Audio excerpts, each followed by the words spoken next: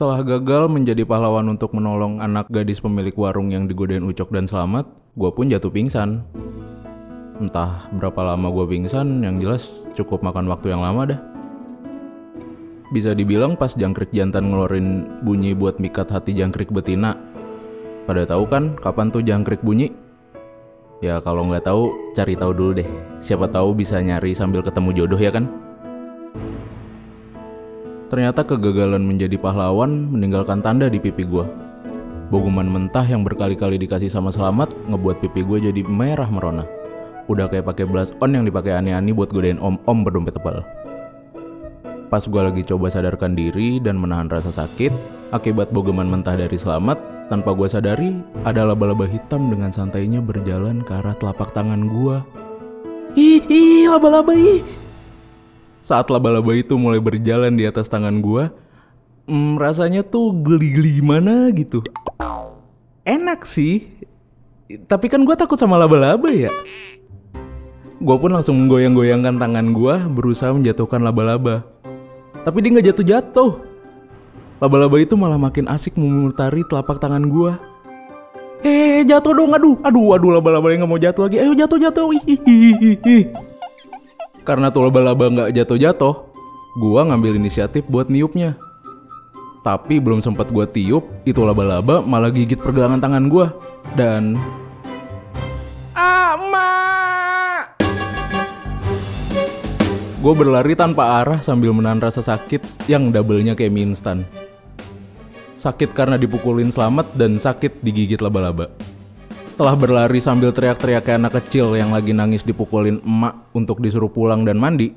Mak! Akhirnya gue sampai di rumah dengan napas yang terengah-engah. Setelah berhasil mengatur napas, entah kenapa pandangan gue menjadi buram dan gue ngerasain pusing yang parah banget. Hingga akhirnya gue pingsan untuk yang kedua kalinya.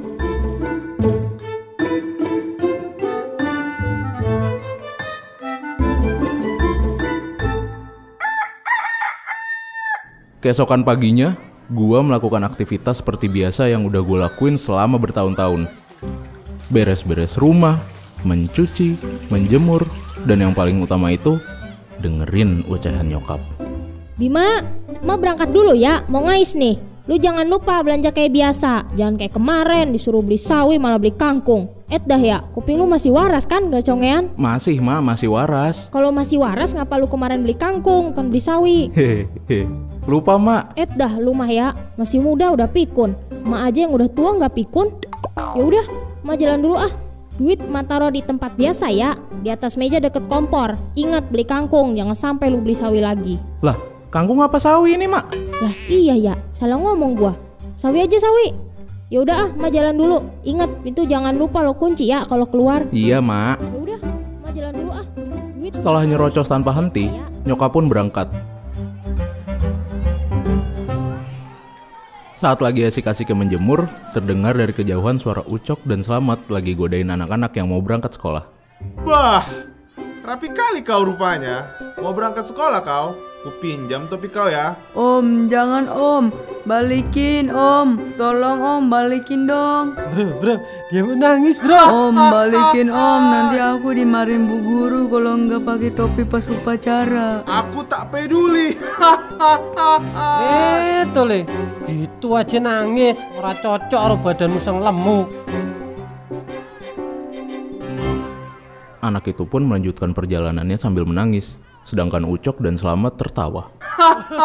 Setelah puas ngerjain anak kecil itu, secara gak sengaja Ucok ngeliat ke arah gua yang dari tadi lagi ngeliatin ulah mereka berdua. Bah, tampaknya ada yang mau nonton kita bro. Sopo bro? Sopo yang nontonin kita bro? Itu si Ponga. Dari tadi nontonin kita. Gua pun langsung memalingkan pandangan dan berpura-pura gak ngeliat ulah mereka. Namun kesialan tampaknya masih berlaku dan nyelimutin gua. Ucok ternyata sadar kalau dari tadi gue ngeliatin mereka berdua. Oh alah, si babysitter toh rupanya. Gak puas apa kemarin udah kita hajar dia. Bro, gimana kalau kita kasih pelajaran lagi dia bro? Bah, setubuh aku men. Setubuh aku. Setubuh lagi. Setuju maksud aku. Ayolah, Met. Kita beri pelajaran sama dia. Hahaha. Mereka jalan ke arah gua. Ngerasa bakal jadi korban lagi, gua pun mempersiapkan diri untuk kuat menghadapi ledekan mereka.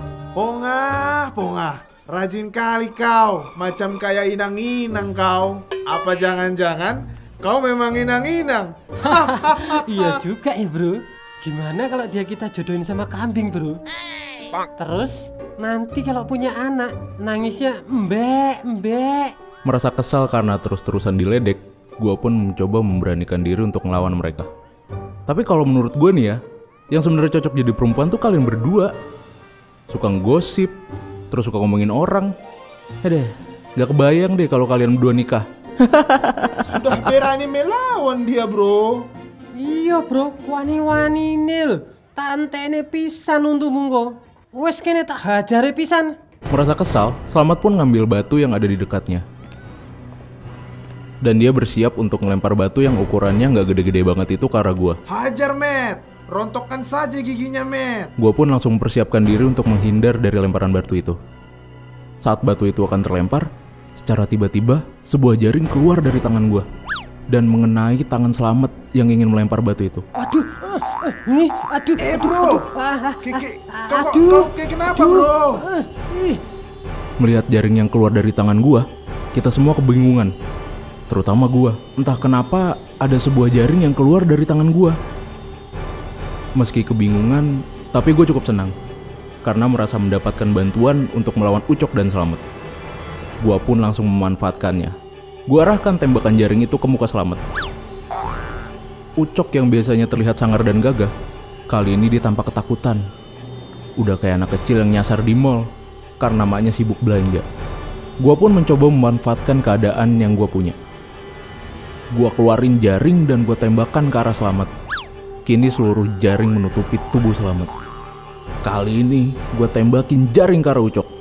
Pertama gue tembak tangannya, kemudian kakinya, yang terakhir gue bikin Ucok kayak Slamet. Kemudian gue berjalan ngampirin mereka berdua sambil tertawa puas.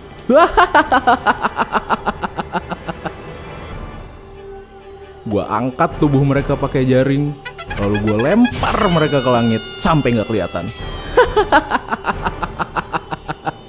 Saat sedang mentertawakan Ucok dan Slamet, tiba-tiba terdengar suara nyokap gue yang meneriaki nama gue berkali-kali.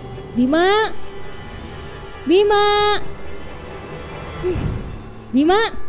Saat gue sedang mencari di mana nyokap gue memanggil, tiba-tiba muncullah angin tornado yang cukup besar, menerjang gue disertai nyokap gue yang berteriak cukup keras. Bima. Gue pun bangun dari tidur sambil berteriak dan cukup terkejut ketika melihat nyokap gue berada tepat di samping gue sambil niup-niup ke arah muka gue. Dan ternyata yang dari tadi gue alamin itu cuma mimpi. Lu Bim, udah tahu lagi dikompres, tangan bengkak, merah, terus keluar nanah, masih aja tidur sambil teriak-teriak. Tidur yang bener dikit apa? Udah tahu sakit, masih aja begitu lu mah. Dah ya. Bukannya nggak mau tidur yang anteng, Mak. Tapi kan tadi lagi mimpi, jadi nggak sadar. Lu kalau dikasih tahu masih aja ngejawab, bukannya dengerin? Iya, Ma, maaf. Saat nyokap telah selesai nyerocos panjang lebar kayak tol Trans Jawa, tiba-tiba ada yang mengetuk pintu rumah gua dengan sangat keras. Gua sama nyokap saling bertanya lewat ekspresi muka. Ketukan pintu itu terus terdengar hingga akhirnya pintu rumah gua yang terbuat dari papan tipis itu roboh. Bentar. Ini maksudnya apa nih? Lu pada datang bukan yang ngucap salam malah rusakin pintu. Setelah itu, beberapa pria dengan badan berotot dan bermuka garang menghampiri gua dan emak. Terus malah nyuruh gua pergi di mari. Siapa lu? Lah, bagaimana ceritanya? Rumah-rumah gua, ngapa lu ngusir? Lu pada sana yang pergi. Tapi sebelumnya lu benerin dulu tuh pintu gua. Perjuangan nyokap menolak untuk keluar dari rumah pun sia-sia. Mereka semua malah menarik paksa kita berdua keluar dari rumah. Gua yang sedang terkulai lemas dan nyokap yang udah tua pun gak bisa berbuat apa-apa lagi. Saat gua sedang tersungkur di depan rumah, gua melihat beberapa di antara mereka mengambil jerigen berisikan bensin dari mobil hitam. Pria berotot yang tadi memaki nyokap pun berteriak menyuruh bawahannya untuk nyiramin bensin itu ke rumah kita. Saat rumah kita udah dilumuri bensin, pria berotot dengan tato di lengan kanannya tersenyum ke arah kami. Kemudian, ia menyalakan korek api miliknya.